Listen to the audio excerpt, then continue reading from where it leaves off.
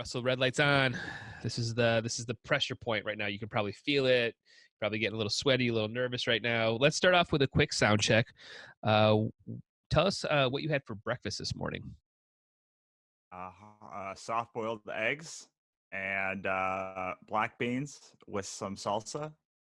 And I Nice. always have a cup of, I can't drink coffee anymore, so I had a cup of herbal coffee tea.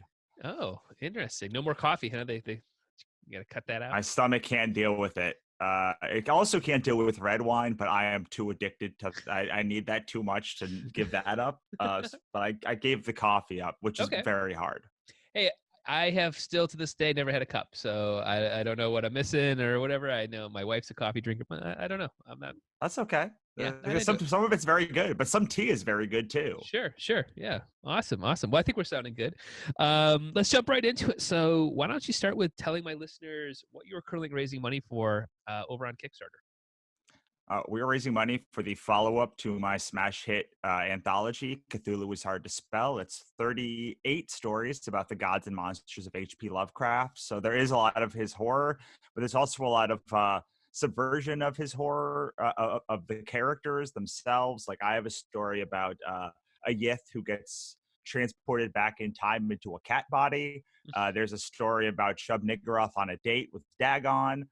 And so it's all about the gods and monsters, some of it being horror, but also some of it being like the life and times of the monsters in the Lovecraft universe. Interesting. And you said this is a follow-up to a previous book that you did? Yeah, we did our biggest Kickstarter ever was the original Cthulhu is Hard to Spell, which was 35 stories about the gods and monsters of Lovecraft. And it raised $39,246 from over 1,000 backers. Wow, that's awesome. So what was the idea around doing a second version, doing more stories? Just people wanted it, or you just felt like there's more to do? Yeah, walk me through that a little bit. The honest truth is, middle of last year, my entire company was exploding on itself. All Okay. three of them were imploding on themselves, and so we looked back and tried to figure out the things that were the most successful that we could go and like try and like at least build and sort of follow back. We're not a company that does follow-ups. Like we don't like. I generally don't like doing series, but as a publisher, you kind of understand that you have to do series in order to get like go back to your hits. Like you have to go do it. And so I wanted to do an anthology, and we had just delivered the anthology to people a couple of months before, and we were starting to get feedback. It was selling well. It was just a natural fit to go back to our most popular product again. Plus, I mean, it's just the great world. It's one of my favorite mythologies. Sure.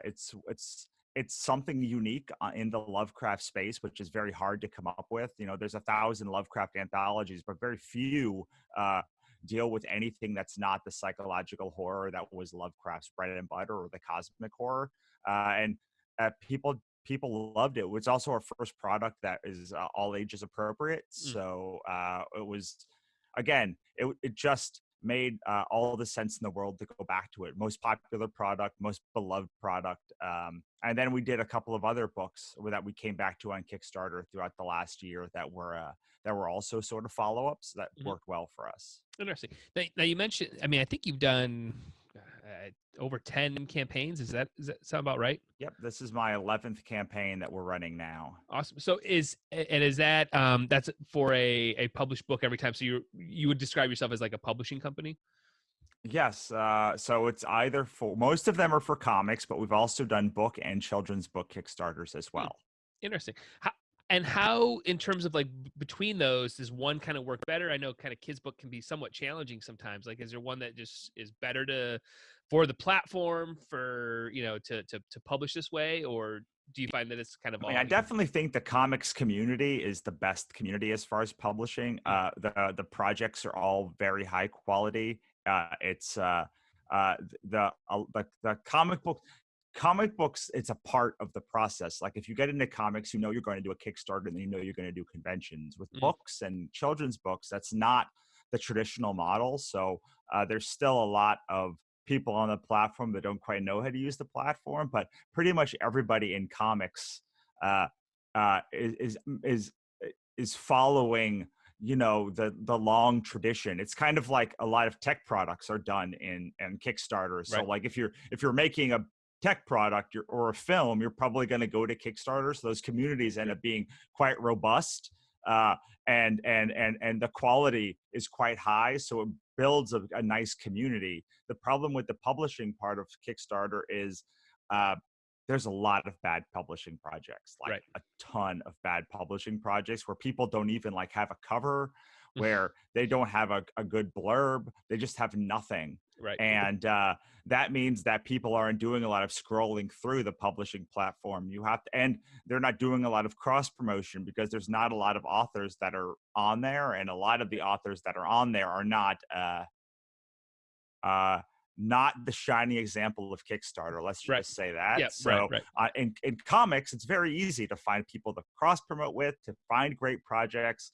And there are a lot of people just scrolling for random projects. Mm-hmm. So if I were to pick one, for Kickstarter, I would say comics. But books are a lot easier to sell on the open markets. So there's a much bigger, the books are almost 35 times as big as comics are on the open market. So while it's not as popular on Kickstarter, or even at shows, just putting it on Amazon or something, your market's going to be quite a bit bigger. Right. Interesting. And in your process, what kind of starts happening when you're getting ready to publish a book, or even like the current Kickstarter? You know, for you personally, like what do you start doing? Is it just sourcing the stories? Is it building everything? Like what do you do?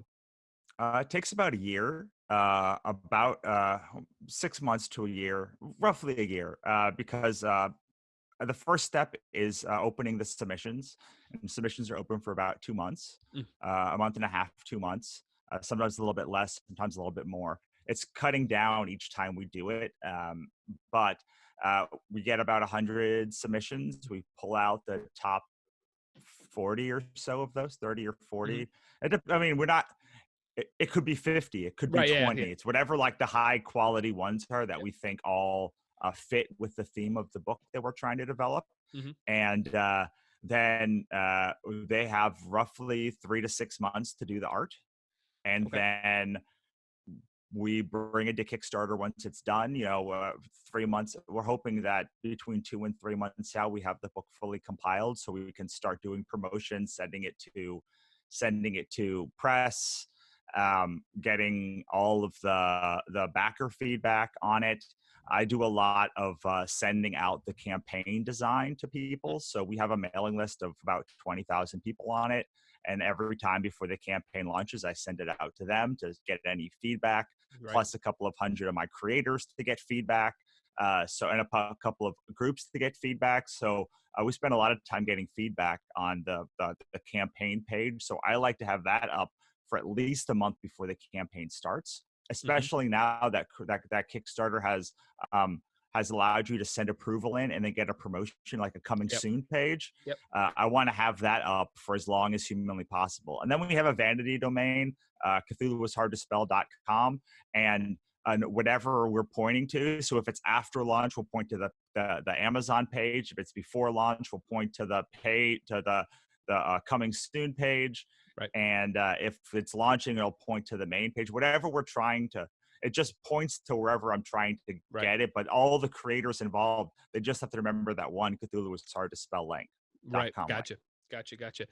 And then for you, how much like are you handling in terms of like maybe feedback of something? Let's just say you get some artwork in and you're like, I don't want to. All of it. Like me and the editor do all of that stuff. But honestly, we don't get that many bad submissions. All the people are pretty well vetted. I believe that when when we've done commissioned the book and we've hired everybody, that our job is like 80% done. So we do every once in a while I get art back that is not up to snuff and we have to cut it. Usually what we do though is work with the writers to get the story right. And the art is usually the least problematic part of it. We very rarely have to do work on the art, but that's because we see the artist. The writer really just puts a pitch together, and then he has to, or she has to, like deliver the script. Right. But even then, I would say heavy work involved on maybe 25 to 30% of scripts, but Okay. usually less than that. Most of the people, they deliver something awesome. And a lot of them, they don't even, we have these deadlines. So like this, we have a kill fee for the book. And if people hit the kill, in order to hit the kill fee, you have to hit the deadlines. Right. But you don't have to hit the deadlines if you don't care about the kill fee. You just have to hit the one final deadline. Hmm. So so I think we only killed one story at the deadline before the deadline, and we only saw maybe a third to 40% of the stories. Hmm. Almost all of them just literally came in, and they were they were they were pretty much done. Some of Wow. them needed a little bit of lettering tweaks. Some of them needed a little bit of dialogue tweaks, but pretty much the week before the deadline, we got 60% of the stories in that last week and had to do very little work on it. Wow. And that is because we do so much work before we hire somebody. Like we Sure. spend an inordinate amount of time finding the right people and going through the submissions and making sure that it's going to be a top quality book. And that allows us to give the artists a lot of freedom when they get attached to it. And then we're just there for support. Sure. That's awesome. How did you get into this? I mean, what's your background? So I I moved to LA in 2008 to be a writer and director, and that did not work. So 2010, my manager at the time showed me comics, and I had not read comics for a long time, and I just fell in love with the format and and what you could do with the medium, and that the cost was like a tenth of what producing a movie Right. cost, and Right. so I kind of fell into comics. I did not think I'd be publishing other people's comics or other people's work. But what ends up happening a uh, when you're working in comics is you start building up this list of people you'd like to work with, right? Like Mhm. friends, family. I mean, in all genres, like in Right. all things. It's not just, it's like in tech and all the other Mhm. things too. But I had a list of several hundred people that I wanted to work with and knew I would never, as a writer, I would never work with any of these other writers. And as a person who does maybe one comic at a time, maybe I'd work with 10 of these artists in my whole life, unless I opened my publishing line, which I was not ready to do. And so I had nothing. I needed something to fill a space in my publishing slate. We were not doing that well on Kickstarter after these books, and so I had gone back and asked like what people wanted to see from us, and they told us more monster stuff and more comic stuff and not so much novel stuff. And so I was already tapped out on the graphic novel that I was Mhm. making at the time, so I couldn't make another one. So I decided that it was a great that merging those things, the monsters and the friends of mine, and be able to work with 50 or 60 artists at the same time. And so the first one was a closed submission process called Monsters and Other Scary Shit, and um, it was all just people that I wanted to work with. And we ended up with 224 pages and it was all over the place. It was black and white and color, and they were like 1 to 15 pages. It was a glorious mess, and it raised $27,000 on Kickstarter,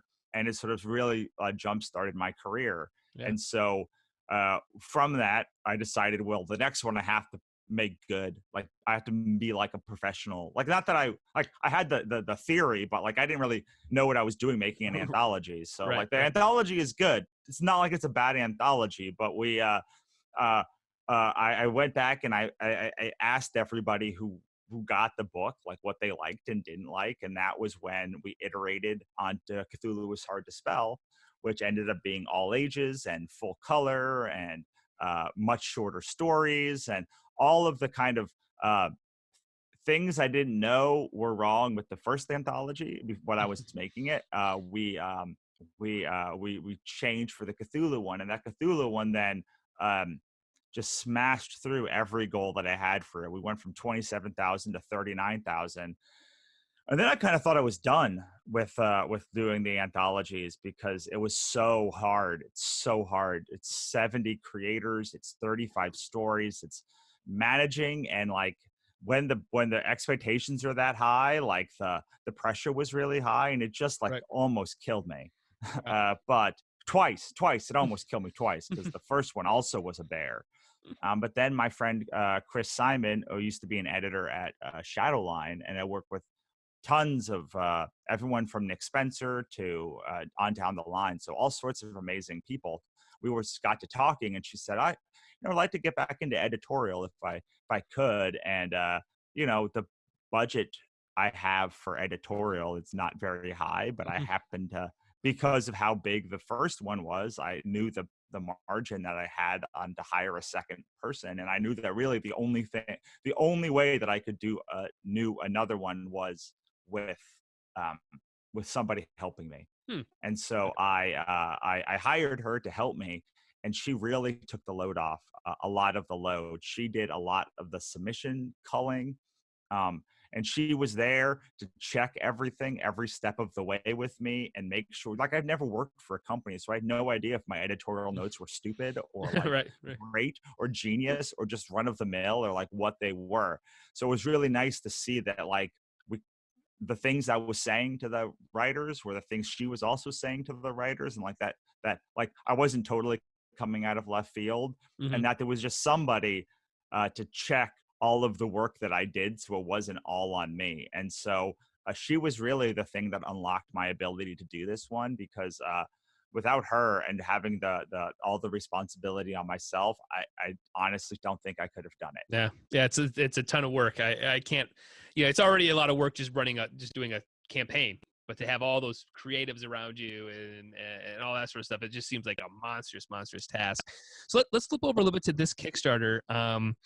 So what kind of behind the scenes were you guys doing just before you launched? I know you mentioned a little bit about just getting a lot of feedback, but how do you know when you're ready to hit that launch button? Because it's such an important day. Is there any sort of metrics that you're looking for behind the scenes to know, like, I don't know, Well, people, I think you surveys? have to What's the have metrics? the launch day before, like, you have to be moving to a launch day. Like, the whole point of the pre-launch process is to be pulling back the elastic so that people are so that the tension is so taut that by the time you snap that rubber band back and hit the launch button, everybody is like desperate for the book. Right.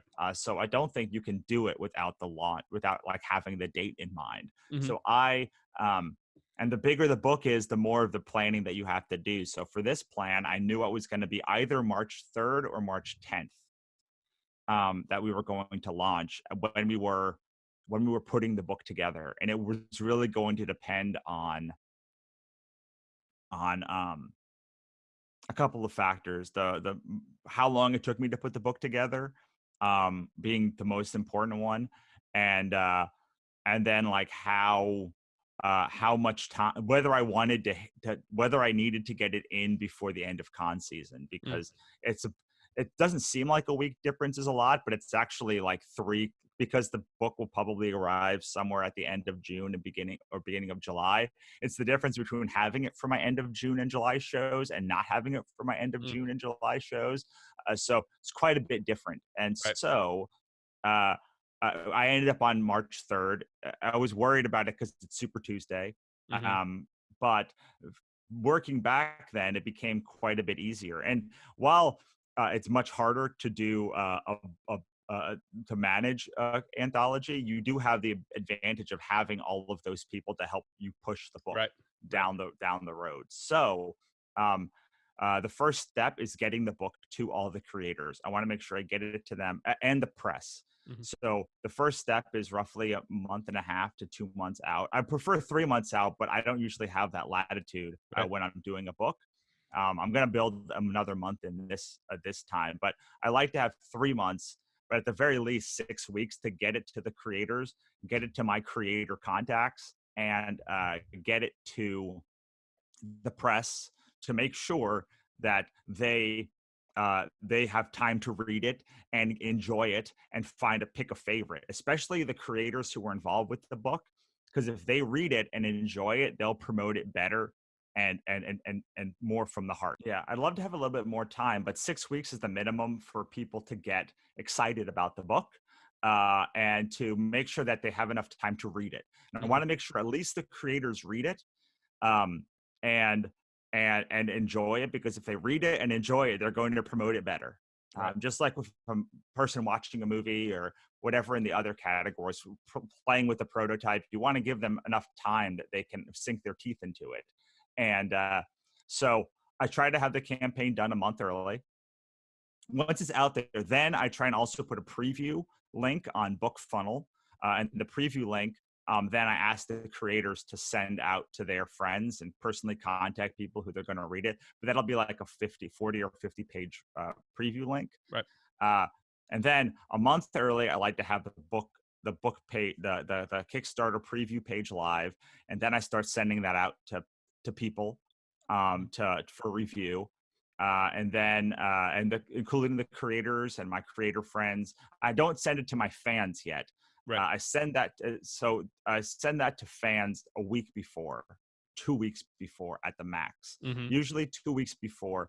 I send out the campaign page, and then a week before I send out what the early bird perks are going to be to the fans, and then the week before, I spend the week every day. I at least write one post about something special about the book.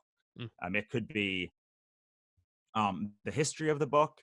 I could talk about one of my favorite stories. I could talk about my story. I could talk about why it's important. I could talk about Lovecraft, whatever it is. But that's about a week, and then and that's just to capture everybody. And meanwhile, I'm sending out the preview, either the preview book funnel link, or usually by the week before, I'm sending out the campaign page, because then they can see the campaign page and they can get notified at the top. So it does more than just get notification. They can actually see what pledges they want and see what the page looks like. Right. So usually I'm sending the preview page out to people with different imagery and such. And then I'm hoping that I've captured as many humans as possible who are excited at this point. And that's when I snap the rubber band back, and hopefully we do a big launch. And we did $8,500 that first day, so that's pretty good. Yep. And it's the biggest we've ever done. And we're currently sitting here on the first Friday at $13,000, which is not super impressive to like a board game category or like film category, but for the book category, especially the comics category that almost has no $25,000 campaigns, and maybe one $50,000 above campaign every 3 months. Right. Yeah. We're doing pretty well in in the space that we're in. Yeah, and we talked a little bit before we turned the mics on, just around like just the world events and how that impacts. Walk me through a little bit around how you're starting to see the coronavirus and what's happening in the press kind of impacting a campaign, because I think it's important for project creators to know that we don't control everything, right? You can plan, and then all of a sudden you're in the middle of something. So walk me through a little bit that. So this week got 3 big hits. The first was Super Tuesday, which I had planned for, and ended up not being that big a deal. We launched on Super Tuesday. We still had our best launch ever. What started to eat away was every day the coronavirus was more and more likely to cancel Emerald City Comic Con, which is a huge event for creators. It's all they were talking about. And every day it seemed to shift onto some other thing, other piece of whether it was going to get canceled. And then one day they said they were going to offer refunds for attendees and then for artists.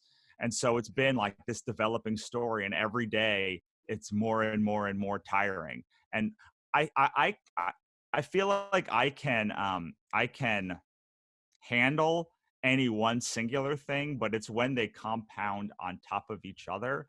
So not only did we have the coronavirus in general in LA and Los Angeles County being put in a state of emergency, but specifically to my industry, it became conventions are not just are not just like a local event, especially big ones. They're Right. with for comics, they're like the biggest sales mechanism besides Kickstarter. Right.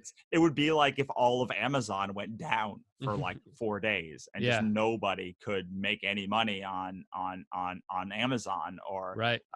so I mean it's a huge deal that like sucked all the air out of everything. And meanwhile, you're sitting on the 4th day of your campaign. Oh, and on top of that, we're like in a recession. They can say that they're not in a recession, but like they're wrong. Like they're like, I'm there, like I'm out in the world and I see that like people's belts are constricting, they're searching for essentials. And even if they're worried that like with the people, like for instance, Seattle is a ghost town right now. So like every business in downtown Seattle is like dying because like they have no money coming in because no one's walking around. All the big companies are telling their people to work at home.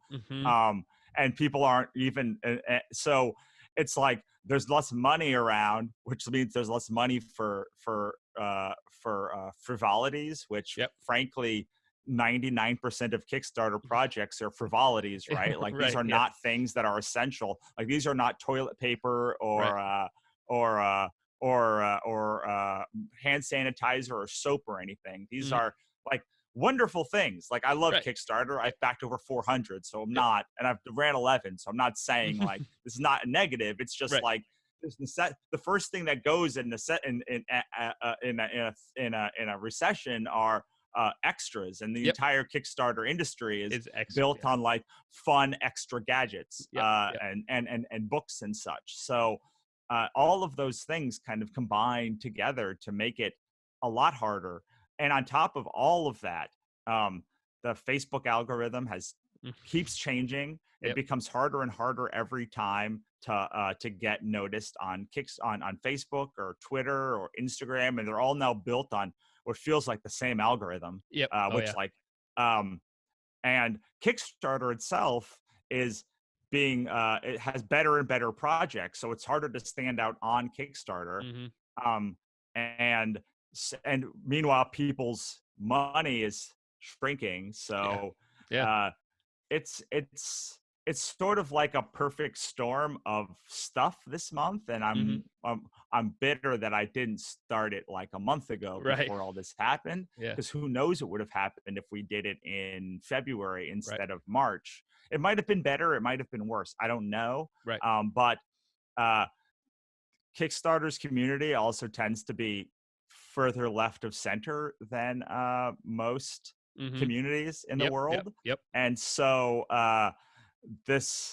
the looming threat of Donald Trump getting a 4th term and like all of people's favorite Democratic candidates being kicked out of the race, like, because it wasn't just Super Tuesday, right? It was Super Tuesday, and then that night Pete Buttigieg got kicked out, left the race, who was a lot of people's favorite, Amy Klobuchar, and then 2 days later, yesterday, Elizabeth Warren left the race. So it was like, it's like all of those factors go into people's ability to consume, and a lot of people get overwhelmed by that, and they just turn off social media, or they turn off. I did it. I was like last night I was like, I can't look at this anymore, it's too much. So all of those things don't just jam up your news feed, but they also jam up people's ability to just like suffer through the insufferable world that we live in. You're spot on, man. I just got back from DC. I was actually talking about crowdfunding there at a conference, and everybody's got wide eyes looking at me like it's not that hard. I'm like, you have no idea how hard it is. This is the hardest marketing there is to do. Nobody really wants your product, like nobody truly needs it. Kind of, we were just talking about that.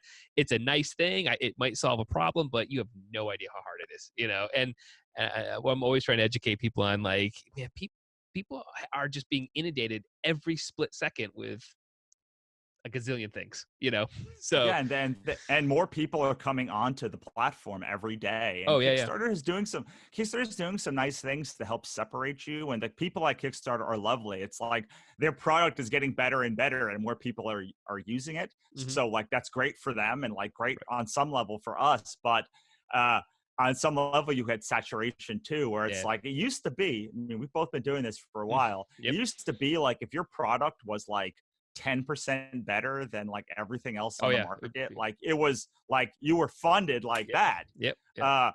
And it's not like that anymore. It sort of feels like, you know, if you don't have a world-class product, it's hard to Right. even get in the conversation. Yep. Yep. Whereas when I started 5 years ago, or 6 years ago, or however many years ago it's been at this point, I think I ran my first Indiegogo in 2011. Or it was like, if you just like, your book kind of looked competent, like people were going to give you a lot of money, and you were Yep. going to get way more Yeah. money than like when projects launch today. I'm like, my God, how is that not making any money? And then I know. this morning, I looked at all the campaigns, and I was like, oh, like all these books look good. Like they don't all look great, and they're not all my cup of tea, but like even the ones that have raised like $50, like Right. still look Well, at their campaign page, like looks yeah. professional. Well, I mean, you know, I say this too. You know, in the Kickstarter community, I think, you know, we lost the projects we love. Doesn't have much weight anymore. It feels like, you know, it used to be if I got that, we saw a huge spike. If we got into a newsletter, we would see a gigantic spike. Like that would make or break our campaigns. And then, you know, or we used to get the hero section. You know, like we would be on the front page. We just, I don't know, man. Yeah, none of those things really. What it Yeah. really comes down to is what it came down to 50 years ago, which was like, you have to control the means of how you contact your audience, Mm-hmm. and like get them off of any platform, including Kickstarter, and Yep. onto your own newsletter or onto your Yep. own things. So like you can control the narrative. And uh, people generally don't stop reading their email when they stop reading social Right. media, Yep. and they still go into that thing. So a combination of the people who are following you getting that email, you sending the emails, you having really good promotion. So we do the big like early bird perks and big prize packs and stuff to like motivate people to back now. Right. And all of those things are still working. But even when we did the first campaign, man, like we raised $40,000 in 2018 in September.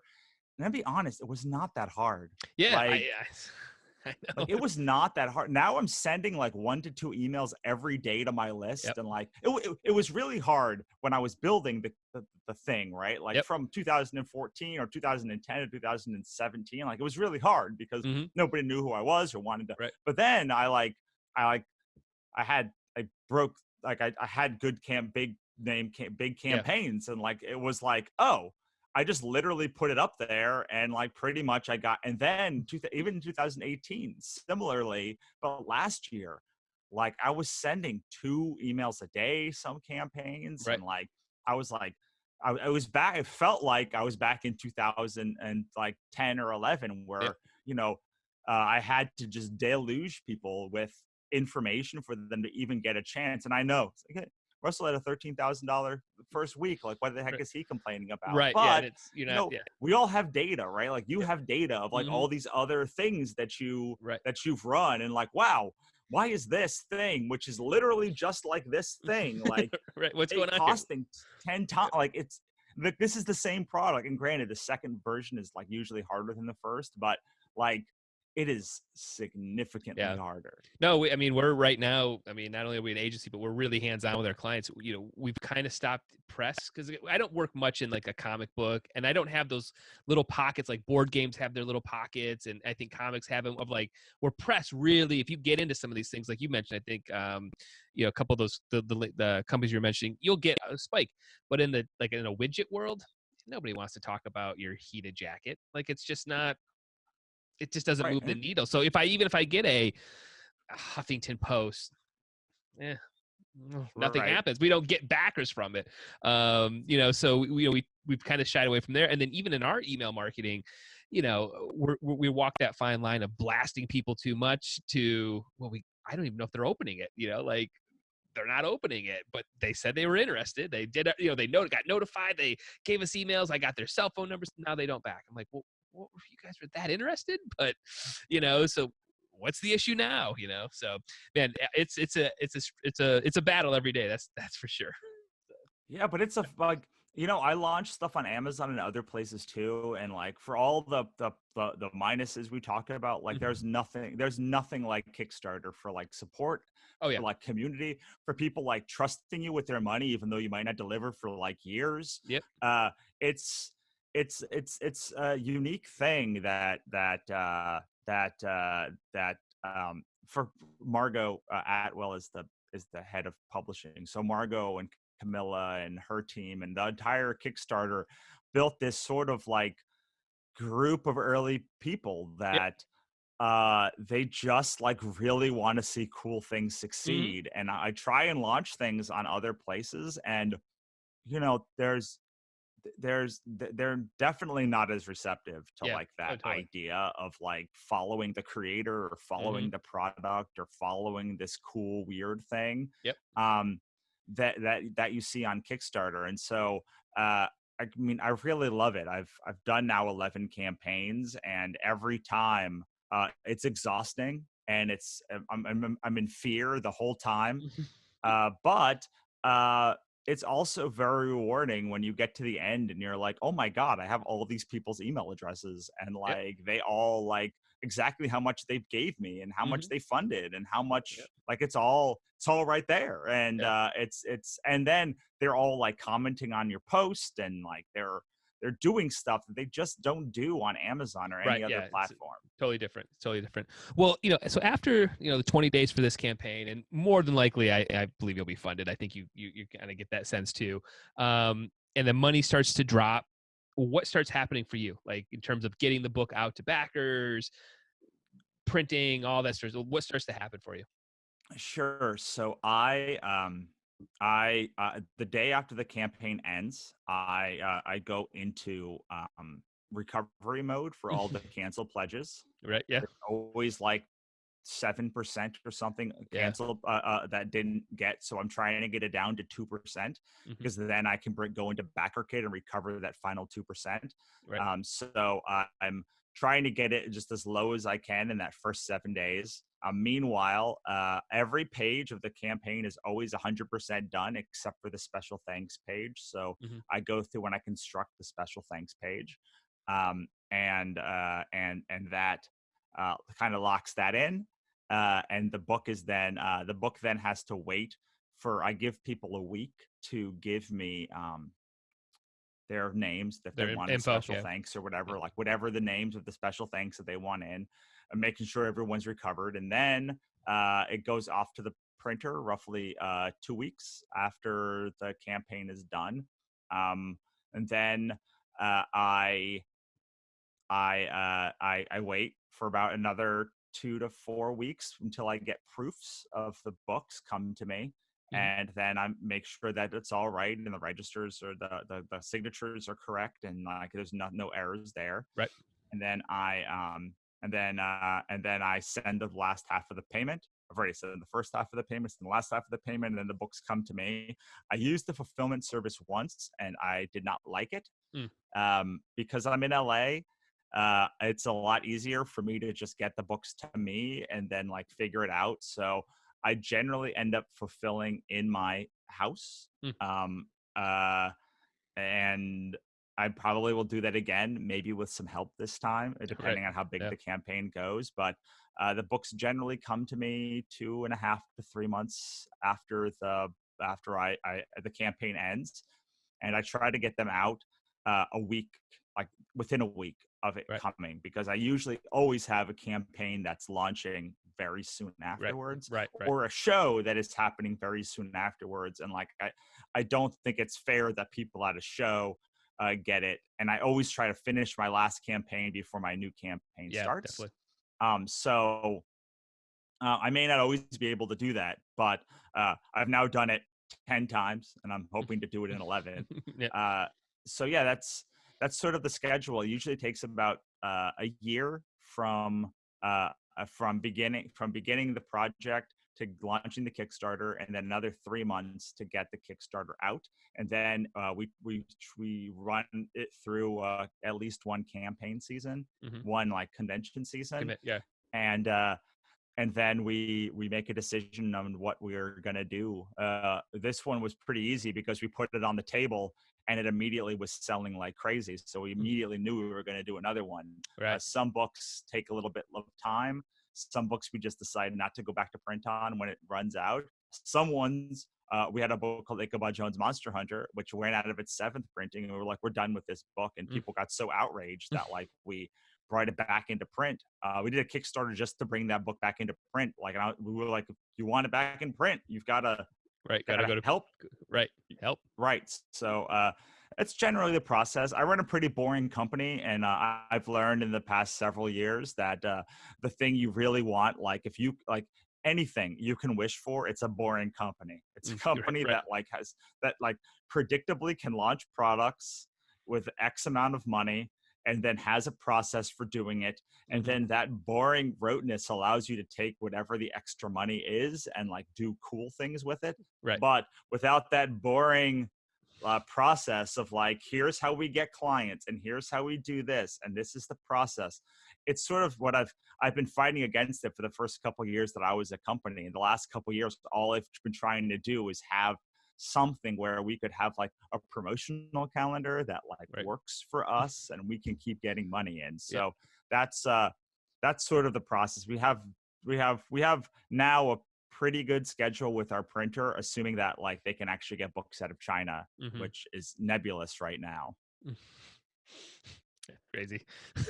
So where can people kind of dive into your world if this is the first time they're hearing about you, what you guys do? Where should people go outside of the Kickstarter? But how can they learn about you, your books, your projects, all that sort of stuff?